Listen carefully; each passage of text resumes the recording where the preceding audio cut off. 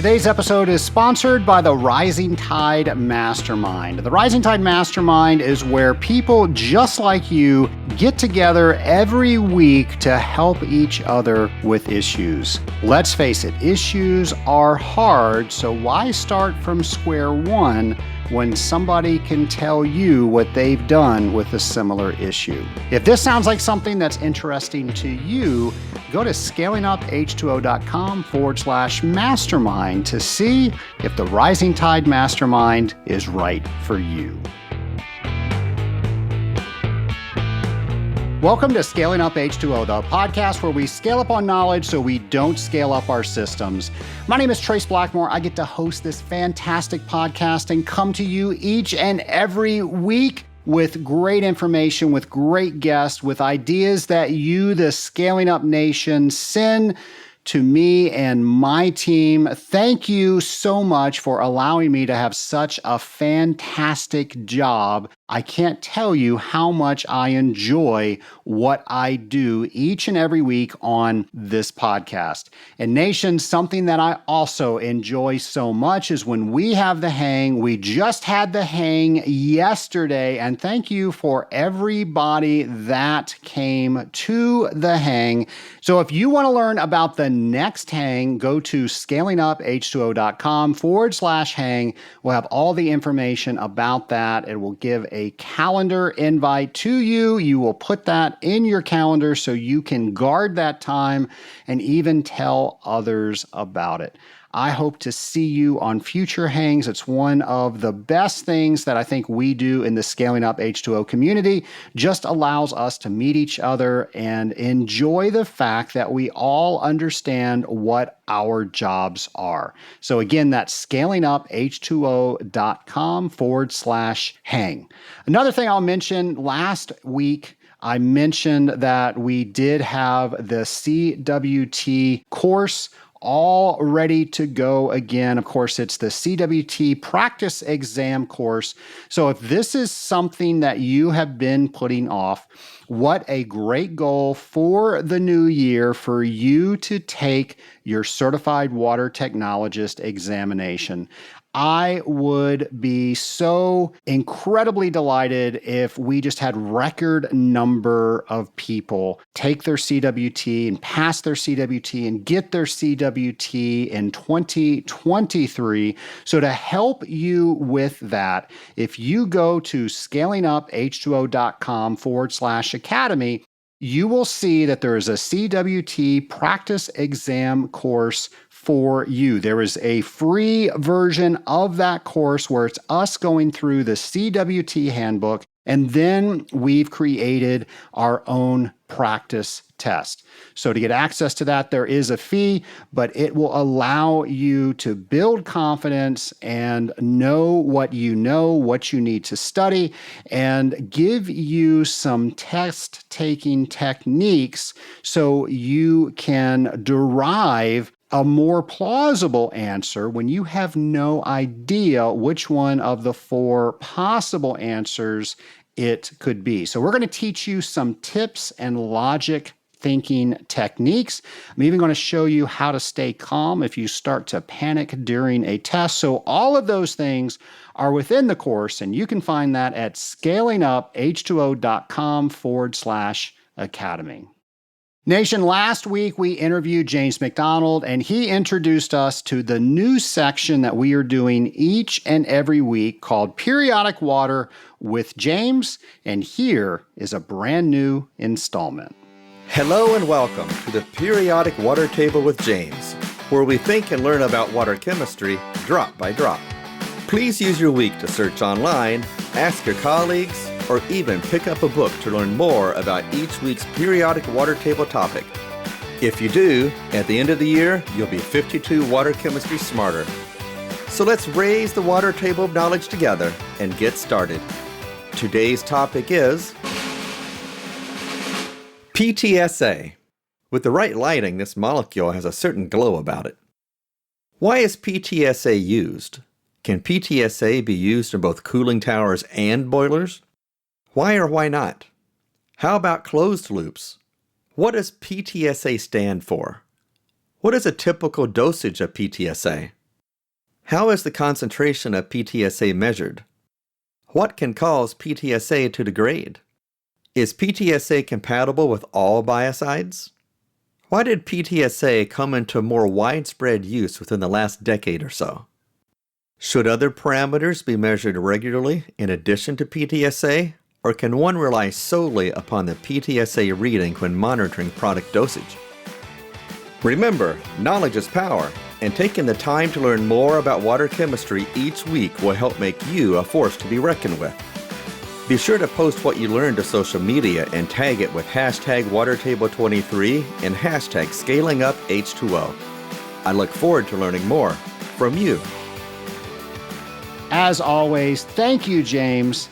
And I'm just going to go straight into the conclusion of the interview with James McDonald. Ladies and gentlemen, here's the conclusion of last week's interview.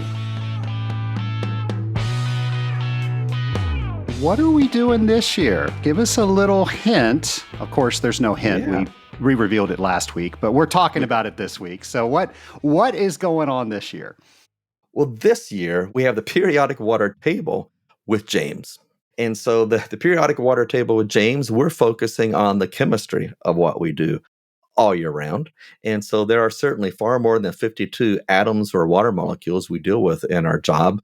But if you focus on each of these each week, by the time this year comes to an end, you will be 52 water chemistry smarter than you were when you first started. And what I'm hoping people do with the periodic table or periodic water table, James, isn't quite rolling off my lips yet, out of my mouth yet. But what I'm hoping people will do with periodic water table, James, will be to take this each week, maybe have that molecule, have that atom stick in their minds so that when they're at the next account and they're waiting at the guard shack for someone to approve them to drive on back or walk on back, they're pulling out their cell phone and they're looking up PBTC or PTSA or what have you. They're learning a bit more about it. When they're standing in line at a fast food restaurant or at Walmart or something, they're bringing out their cell phone and they're learning more about it. When they're at home, they're pulling out their books and they're looking it up and learning more about it. Or maybe they're hopping on their phone and calling their technical manager and asking questions about it. But I'm hoping each week it sticks in their minds and it fuels a reason for them to focus on that molecule, that atom, that week to learn just a little bit more. And I'm going to be doing the same thing because I certainly don't know everything about everything I'll be sharing each week. So I'll be on my phone, I'll be in my books, and I'll be asking those around me more about each of the molecules and each of the atoms.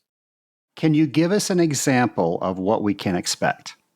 Yes, I was thinking, 1 week coming up, the topic actually is going to be nitrite. So here's a spoiler for you.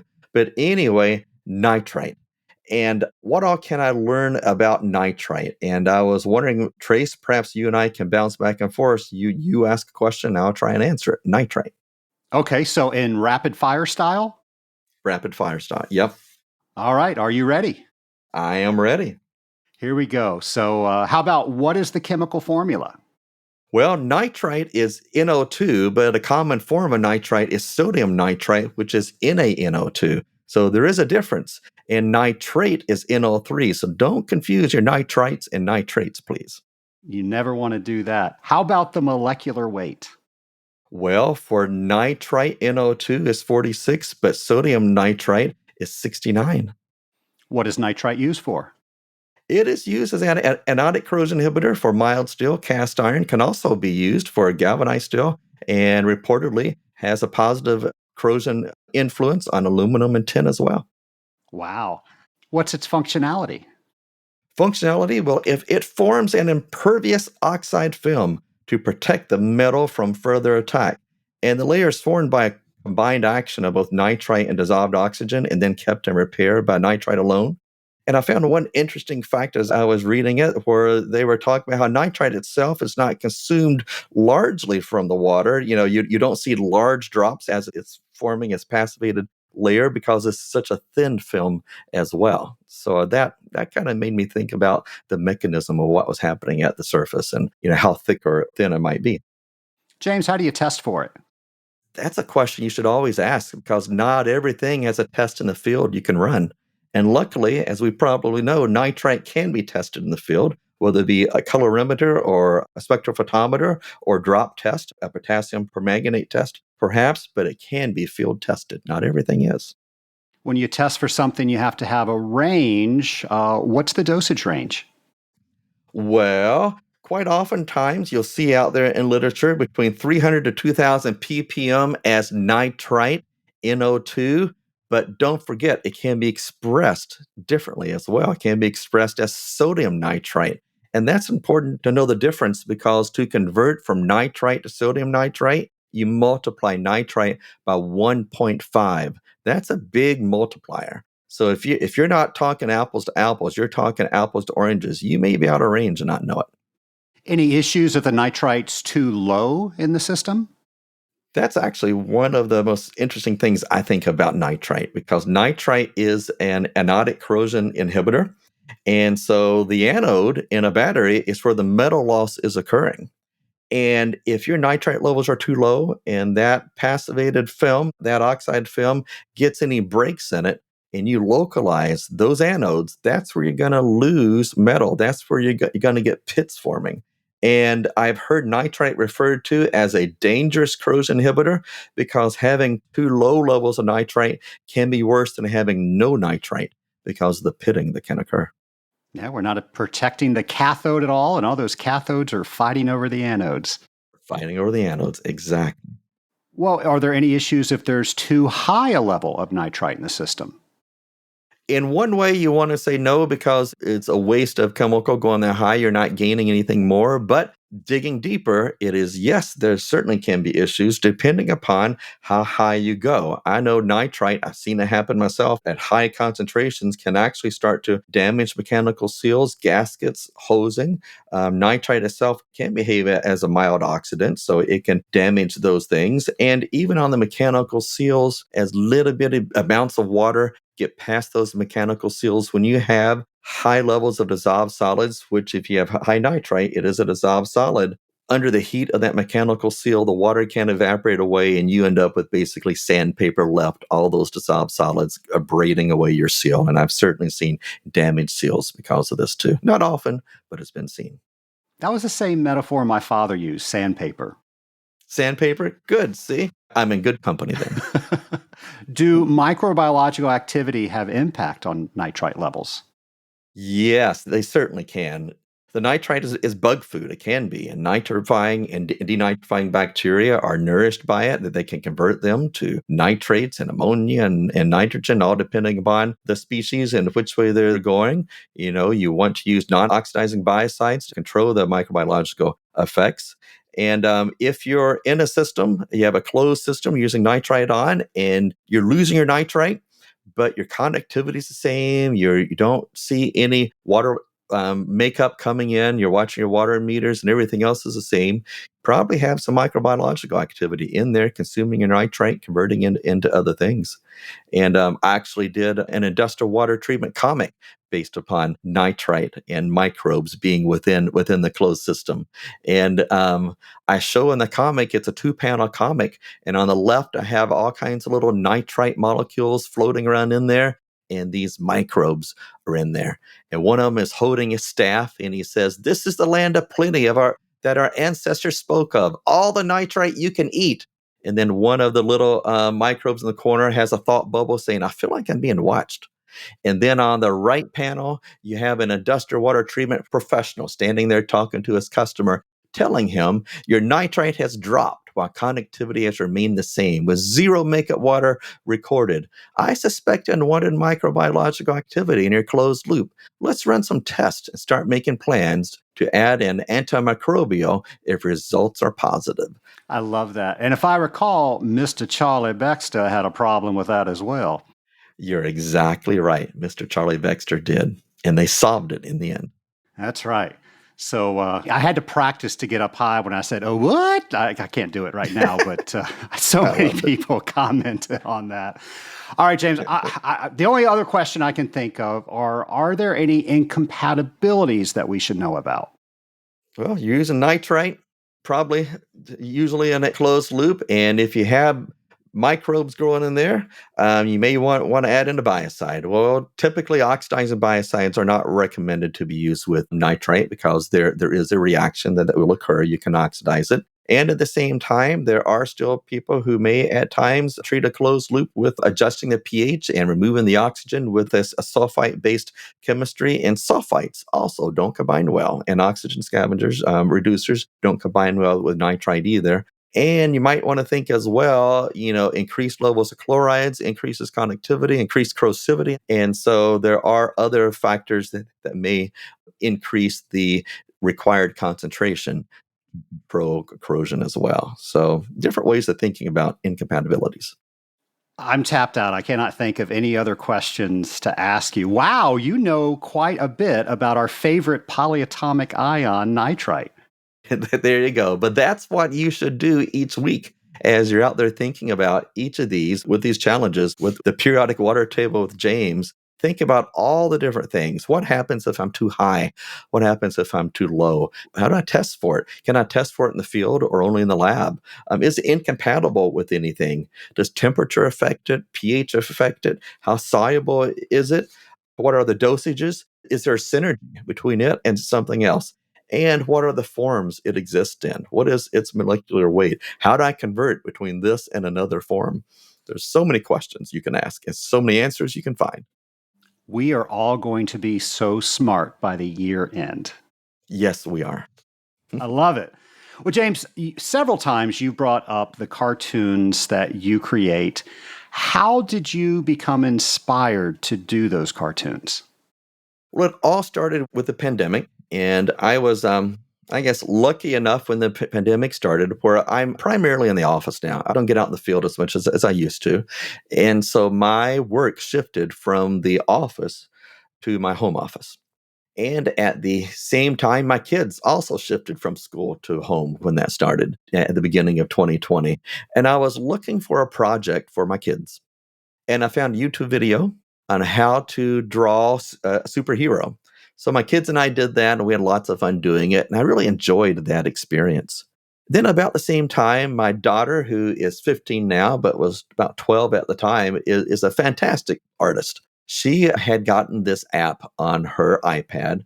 It's Procreate, it's the name of the app. It's a great drawing app. It really is very, very powerful. She was showing me how to use it, and I was thinking about my experience of drawing a superhero. Then I started thinking about my water experience and drawing an industrial water superhero. Of course, that would pop into my head. And I started drawing and playing around. And my very first comic that came out in May of 2020, the very first one, I was thinking about how lucky I was to be sitting at home in the safety of my home as this pandemic was going on.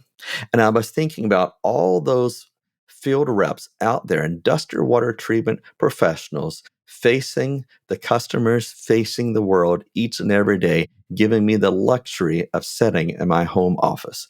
And they were my heroes. They really were. I have not forgotten that. I will not forget that. And so my very first industrial water treatment cartoon is just two simple panels. And the first one has a guy in a tie looking at you, the reader, and the narration says they get caught in machinery, twisted around pump shafts, and smashed in gears. They get chemicals on them. They get ripped. And then the second panel, you see a boiler, you see an industrial water treatment professional looking at the boiler with his back to you, and he's holding a briefcase, and he's wearing a cape, and it's ripped, and it has H2O on it, and it's in tatters. And the narration ends with, "That's why not all heroes wear capes." So my very first industrial water treatment comic was in homage to the industrial water treatment professionals on the front lines every day facing the world. And from there, it just expanded because being taught industrial water treatment, and then over the years, as I've taught others and experienced various and sundry things, there's a lot of humor in what we do. We may not recognize it every single day, but there's humor in the way we flick our graduated cylinders, and the way we stir our casserole dishes, and in the way we talk to our customers, and the way we train each other. And when interferences pop up and we don't quite understand them, there can be humor in there as well. When we leave caps on our pH probes, there's humor in that, So that's where it started from. It started from a project with my kids. It started from thinking about what allowed me to sit at home and be safe while other people were on the front lines. James, how many have there been? There have been 111, which I find Wow. amazing. 111 of them over the years. And there's more to come. I have a little list of those as well. So as I'm thinking in the back of my mind throughout the day, if an idea pops up, I open up the list on my phone and stick it in there. If somebody is scrolling through their LinkedIn and they can't find all of them, is there one place that they can go and just see all of them?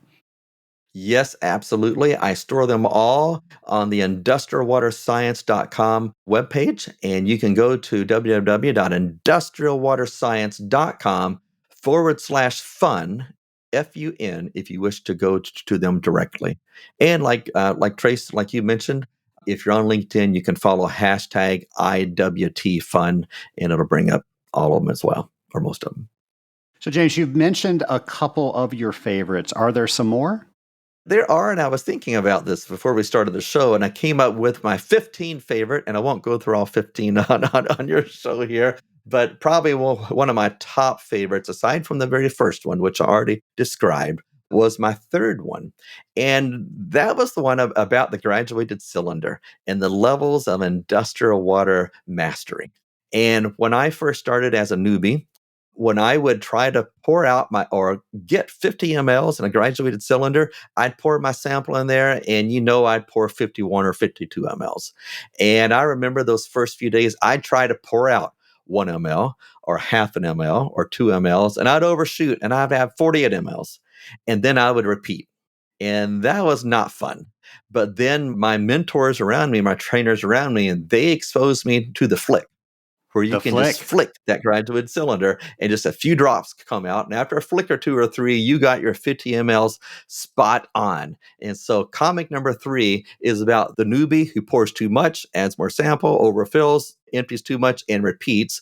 The experienced person, the flick, and getting it perfect was the experienced one. And then I had a third level there, and that was a Chuck Norris level, where even though it shows 51 mLs, if Chuck Norris says that's 50 mLs, that's 50 mLs. Oh, So that was one of my favorites. Another one out there I really liked before is called the Extreme Room Makeover. Imagine this: 2 panels.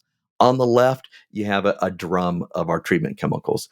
Gray bland floor, green, avocado green, ugly wall behind it, and a receptacle. But the after shot, it is amazing. The after shot shows a water treatment pest kit open on top of the drum. It has a bucket to the right that says sink on the side of it. And it is absolutely amazing how that room has been transformed. It gives us a certain je ne sais quoi, you can say, to that room's absolutely amazing. You got to see it to believe it. And that's comic number 23. So please look it up. And I mentioned the one we had on Nitrite. I mentioned the one we have on Rising Tide, and they're amongst my favorites as well. But I have a few reoccurring characters in there too. I have Newbie, and I have Boss Man. And Newbie, in some ways, is me when I was new. In some ways, is other people I've trained over the years who were new as well. And Newbie has on a multicolored hat with a propeller on top of it. He's new in the game. And Boss Man, he has gray hair. He's been in this for a while. And the very first one I did is a newbie came back to Boss Man, and he says, "Hey, boss, I finished the water analysis." And the Boss Man says, "Great job." It's very reassuring. "Great job, newbie. There's just one thing. All the pH readings are the same. Did you remove the pH probe cap?" And newbie has red cheeks and his eyebrows are up. He's like, "What cap?" Because he read all those pH samples with a cap on the pH probe. So they're all the same. So, there's so many there. And as I was looking through them this morning, I was making myself laugh too. And that's my goal. If I make one person laugh, I have reached my goal. And even if that one person's only me, hey, I'm not too picky. But probably one more I want to mention, because if you're a parent, and a regular parent, when you're driving down the road, you see a horse, you're like, "Look, kids, a horse." But in this comic, I show in 2 panels on the left side, car driving down the road, father's arm or mother's arm poking out, pointing at the horse, saying, "Look, kids, horse." But the second panel, I stuck a cooling tower behind that horse. And an industrial water treatment parent is going to say, "Look, kids, cooling tower." I love it. So that was a very popular one. But yeah, look on industrialwaterscience.com/fun. You'll see all 111. And I'm certainly am not done yet. And I have another one in the back of my mind I'm working on, which will be out soon. So have fun. Look at it. James, it's one of my favorite things to see. What have you come up with? Because it just brings so much fun to our industry. I'll tell you, my favorite one, I was flattered to see it, was the Rising Tide one. I absolutely love that one. I remember when I did that one, I reached out to you to show you first, just to make sure I didn't offend you by bringing in a rising tide into that and showing reasons why it's not always true. But I think it worked. It absolutely worked. I thought it was fantastic. I was going through my memory and I remember my wife and I were sitting on the couch and she was probably reading something and I was scrolling through LinkedIn and I came across one of your cartoons and it was the one with the Mona Lisa. And Yes. I'm going to scroll through in a second and see if I can find that one. And there's a bunch of people looking at it. And I think one says, "Oh, it's amazing. Oh, the smile." And they're looking at the Mona Lisa on one side. And then right next to it is a picture where they painted of a water molecule with a smile. And they're commenting on how wonderful the smile is. And then one of the characters says, "The artist was just going through a phase." Yes, a good phase. I just thought that was so funny. And I showed it to my wife and she goes, "What's wrong with you?" Well, I personally, and that's comic number 80. I have it here in front of me right now. And I personally think the Mona Lisa, created a few hundred years ago, I have brought it to its pinnacle by including it within the industrial water treatment comic here. It was painted all those hundreds of years ago just so I could include it in this. Fantastic. It was, and definitely you have. It has definitely uplifted the art community. James, I don't think it's right for you and I to get together and not talk about the Association of Water Technologies. Now, we've already mentioned it a couple of dozen times on this show, but specifically, I wanted to talk about the AWT Technical Committee. So what exactly is the AWT Technical Committee? Yes. Well, I and Chuck Hamrick are co-chairs of the technical committee. And the purpose really is to support the AWT membership. And AWT's vision is that AWT will be the standard and voice of the water treatment industry, with a mission to support our members' viability, growth, and development. And that's what we do as a technical committee.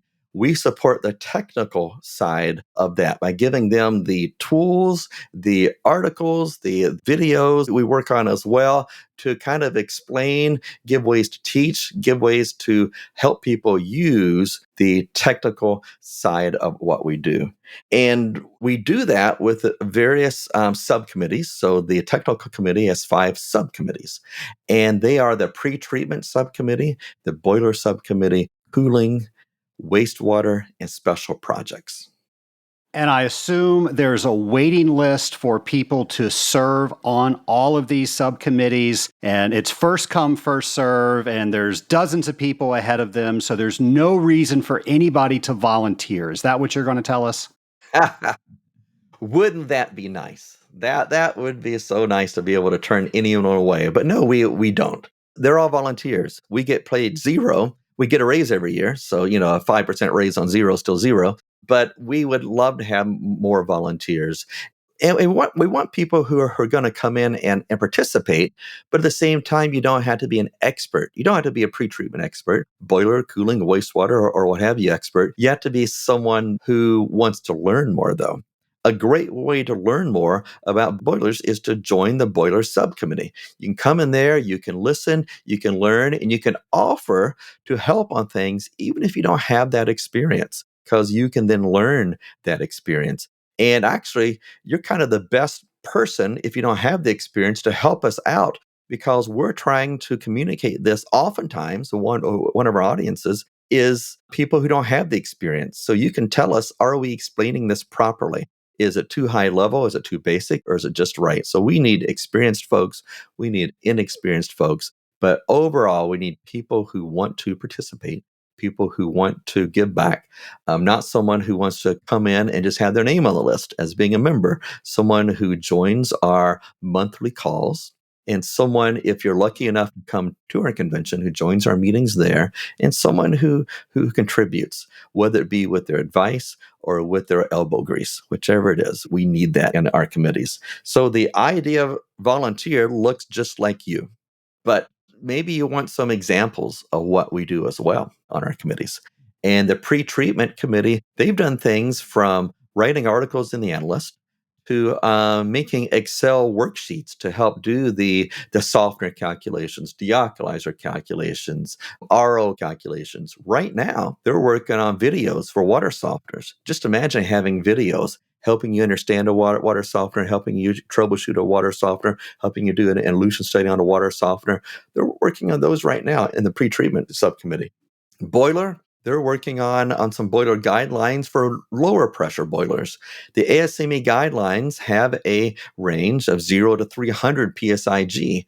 Well, what you do for a 20 PSIG boiler can be quite different than what you're dealing with for a 300 PSIG boiler. So they're kind of looking to see, should those guidelines be different for lower pressure boilers? So they're looking at those things. Cooling, they're writing articles for the Analyst on cooling tower cleaning and disinfection.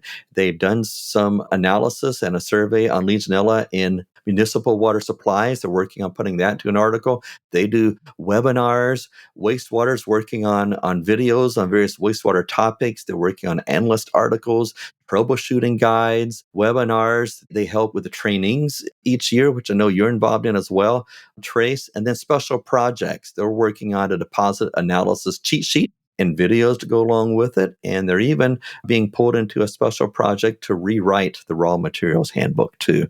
So there's a lot of work happening there, a lot of different venues and media and whatever. So if you have an interest in those projects, you have an interest in those topics, and unfortunately, you have to be a member of the AWT. But if you're a member of the AWT, reach out to me, reach out to Angela Pike, and we will help get you on the right committee. I love it. And AWT recently passed, even if your company is not a member, but you want to be a member, you can be an individual member now. Exactly. You can be an individual member, and I believe that allows you to join a committee. You can't chair a committee, but I think that may allow you to join a committee, which is exactly what we want. We need more people. Our cooling committee probably has the highest membership out there, but we could certainly use more people in pretreatment, boiler, wastewater, and special projects as well. I started out because somebody told me I needed to get involved in a committee, and I remember I thought I had nothing to offer. I was young. I didn't have any experience. What was I possibly going to offer when I saw all these water treatment Jedi that were serving on that committee? So I think everybody goes through that. I'm sure glad that I listened to the person that told me to serve, and I fought through that fear that I had. We all have this imposter syndrome, and if we can get past that, there's wonderful things on the other side. And the wonderful things were on the other side were all the people that I met. James, you and I would not have known each other if it wasn't for the AWT. We would not. Yep, you are right. And it is the people. I started off, my first thing I volunteered for was in the pretreatment subcommittee. And then I met some wonderful people there. And then I got asked to be chair of that committee. I was nervous about that. I didn't know how to chair a committee, but I figured if they could do it, so could I. So I stumbled my way through it. I chaired that committee actually for 12 years. Too long to chair a committee, but 12 years. And then from there, I was asked to chair our certification committee for our CWT, and then back again to being the technical chair, co-chair with Chuck Hamrick. And, all of this. And the person who asked me to do some of these things was Al Bassett. He said, why don't you be chair of the pretreatment committee? And he kind of helped light the fire of being able to contribute to the AWT. So I can never talk about my experience with AWT without talking about and thanking Al Bassett as well. There you go. And James, there were some changes in the bylaws this past year, so you are now eligible to serve on the board, and I'm pretty sure you're going to get a nomination from someone, if not many people. So I look forward to seeing what comes from that. It would be an absolute honor. It would be. James, this has been a fun episode. Every time you come on, I really look forward to it. I want to thank you so much for all the things you do for the industrial water treatment community, but especially you being part of the show. It has become so much more fun to collaborate on ideas with you. And each and every year, you have another idea, and then we figure out how we can really blow it up and bring it to the Scaling Up Nation. And we hear so many people that enjoy it. So I just want to thank you from the bottom of my heart for all that you do for the industrial water treatment community and all you do for scaling up H2O. You're welcome, Trace. Thank you for including me, allowing me to come along on the ride. I really enjoy it, and it's from the heart. It really is. And thank you for giving me a venue for what pours forth from my heart, from my brain, to be able to reach and touch all the people in your audience. I really appreciate that. And thank you for all you do as well, Trace. So, James, it sounds like we were getting ready to say goodbye, but I think with our love of Chuck Norris, why don't we throw in a couple of Chuck Norris jokes? I think everybody loves Chuck Norris jokes. Don't you agree? I absolutely agree. And who would possibly say no? I mean, geez. You can't say no to Chuck Norris. There's probably a joke in that. No. All right, I'll get us started. So Chuck Norris doesn't read books. He just stares them down and gets the information he wants. Time waits for no man, unless that man is Chuck Norris. If you spell Chuck Norris in Scrabble, you win forever. Chuck Norris breathes air 5 times a day. In the beginning, there was nothing. Then Chuck Norris roundhouse kicked nothing and told it to get a job. When God said, "Let there be light," Chuck Norris said, "Say please." Oh, no. The dinosaurs looked at Chuck Norris the wrong way once. You know what happened to them. Chuck Norris's tears cure cancer. Too bad he's never cried. All right, we're going to stop with that because we could go on forever. Okay. So there we go. Chuck Norris. What's your favorite Chuck Norris joke? Tell it to a friend today. James, this has been a fun episode. Every time you come on, I really look forward to it. I want to thank you so much for all the things you do for the industrial water treatment community, but especially you being part of the show. It has become so much more fun to collaborate on ideas with you. And each and every year, you have another idea, and then we figure out how we can really blow it up and bring it to the Scaling Up Nation. And we hear so many people that enjoy it. So I just want to thank you from the bottom of my heart for all that you do for the industrial water treatment community and all you do for scaling up H2O. You're welcome, Trace. Thank you for including me, allowing me to come along on the ride. I really enjoy it, and it's from the heart. It really is. And thank you for giving me a venue for what pours forth from my heart, from my brain, to be able to reach and touch all the people in your audience. I really appreciate that. And thank you for all you do as well, Trace. I really mean it when I say that is a gentleman that I rely on so much. He was one of the first people that I spoke to when I thought about doing a podcast like this. And we talked about imposter syndrome. I definitely had imposter syndrome.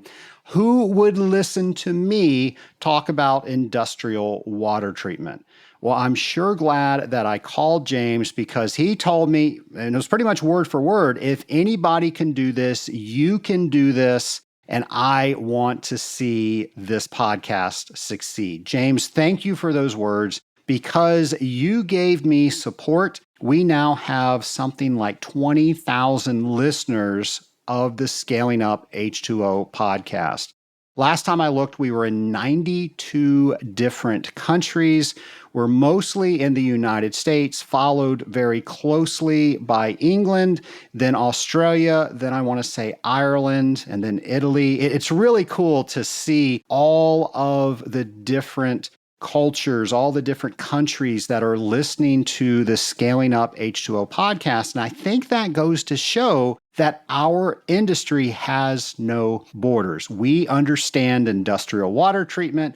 We have similar issues. So regardless of where we live, of what we do in a culture, it doesn't matter. We are all industrial water treaters. And I think that's why it's so exciting to see Industrial Water Week grow each and every year. We're celebrating year 6 this year. So I hope you have your calendars marked for October 2nd. That whole entire week, we're going to be celebrating that. And as James and I talked about earlier, we are going to be at the Association of Water Technologies conference during that week. And I hope to do something special since so many of you come to that conference to celebrate Industrial Water Week with you. I don't know what that is yet, but we've got some things in the works. But all of that to say, James, thank you for all that you do for the nation, for me, for our community. And I hope you have somebody in your life like James. And like I said last week, life is too short to do it alone. So if you are looking to make this year the year that you just knock things out of the park, that you are becoming a better you are helping others become a better them. Is that how you say that? Well, anyway, that's what I'm going with. If this sounds like something you want to learn more about, go to scalinguph2o.com/mastermind to find out some more about the Rising Tide Mastermind. We've got a waiting list going for our next group. Perhaps that next group contains you. I would love to have a 15-minute conversation to discuss the mastermind with you to see if it is right. And if it is, see how we can get you started in that next group that's getting ready to form. Nation, you might have noticed that in the last couple of episodes, I have not mentioned all of the different things that are coming up in the water treatment community. And I do that because our staff has done such a great job with our calendar. I can only talk about so many things. So I'm going to start reminding you to go to the scalinguph2o.com website, go over to events, and you will see absolutely everything that we know about that even touches the water treatment community. It will all be curated in one place right there in our event section, and it will have a link to take you to the site of what you want to know more about. It will also have a link to put a calendar invite in your calendar so you can guard that time.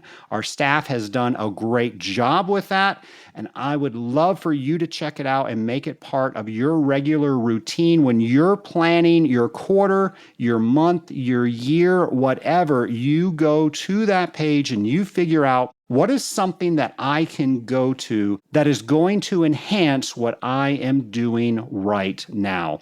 And trust me, just as James and I spoke about, you will find something that will enhance what you are doing now. It will allow you to meet other people. It will allow you to learn about topics that you want to learn about. And it will give you friendships that will last for more than 20 years. And that's what James and I were talking about. So go ahead, go to scalinguph2o.com, go over to events and see if you can find some things that you want to attend this year. By the way, if you are not the owner of your business and you're thinking, Trace, I can never go to the owner of the company and ask them to pay to go to whatever it is, you're probably right the way you're thinking. And I, as an owner, would probably not invest in you the way you're thinking right now, the way that you are delivering the message. So how do we deliver the message differently? Imagine if you went to the person that was in charge of the financial decisions or giving you permission to go to one of these conventions or expos or whatever it is, and you give them a case of why you want to go. You also add to that case what you hope to bring back to the company because they invested in you. And then you say you are going to teach at least one of the topics you learned about to your company. That's a different conversation, isn't it? So that's now an investment not just in you, that is an investment in everybody. That allows everybody to go to part of what you were sent to with just the cost of you being sent to it. That's a return on investment. That's just not spending money, that's investing money. So that's the mindset whenever you ask for something to expand your education, to make you better at whatever you're trying to be better at. That's what I want you to focus on. How do you make it an investment and not an expense? What is the person that's making the investment going to get out of it? And how does it turn into an investment that pays dividends? Totally different conversation. So let me know what you decide that you want to go to and how that conversation goes.